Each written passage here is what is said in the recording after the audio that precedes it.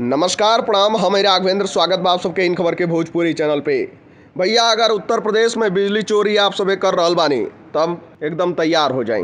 काहे? सख्त से सख्त कार्रवाई हुई और भैया पूरा कैरियर खराब कर दियल जाई। आप सबके बता दें कि पावर कॉरपोरेशन के प्रबंधक निदेशक चैत्रा वी द्वारा बिजली चोरी पर शिकंजा कसले का आदेश दे दियल गईल बाटे।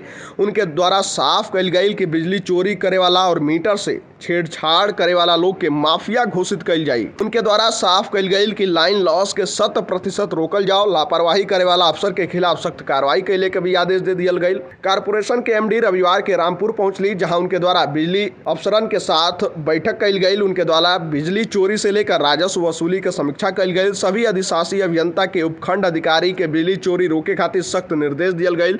कहल गईल कि जे लोग बार बार बिजली चोरी करत हुए पकड़ल जा रहल बाटे वो लोगन के डिफाल्टर मानल जाओ और एकरे साथ ही मीटर से छेड़छाड़ करे वाला और करावे वाला के खिलाफ माफिया के तहत कार्रवाई कल जाओ। उनके द्वारा कहल गईल कि नया कनेक्शन देहले के साथ ही राजस्व का 100% वसूली के भी निर्देश दियल बा। एमडी द्वारा एमयू के राजस्व के टारगेट, लाइन लॉस के टारगेट हर हाल में 100% पूरा कैले के निर्देश दियल गईल।